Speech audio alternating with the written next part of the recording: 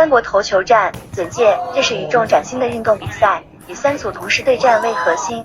相比传统竞赛更富趣味与变化。生育方式：比赛由3支队伍一同进行竞赛，每组拥有1颗专属的大帅球，目标是在多局赛制中透过投掷与控球，将其他队伍的大帅球击出场外，从而夺得该局胜利。最终胜负采多局积分制，需累计多局胜利方可胜出。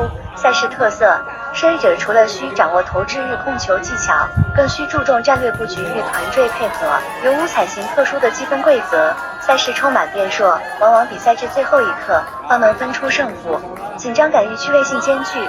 这项运动节奏明快、思考性且变化不断，期间可以加强人与人之间沟通合作，对年龄与体力的限制极小，契合各类人群生育，体验竞技与策略并重的乐趣。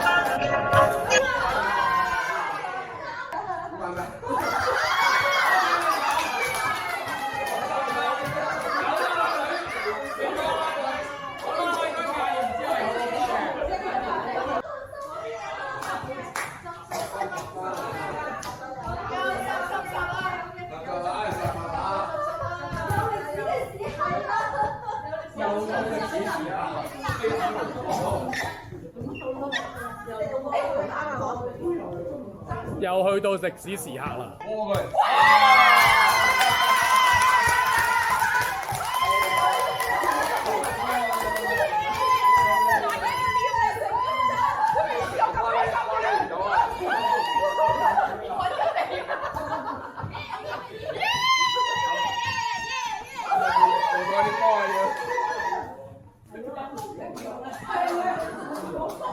竟然咁樣輸咗！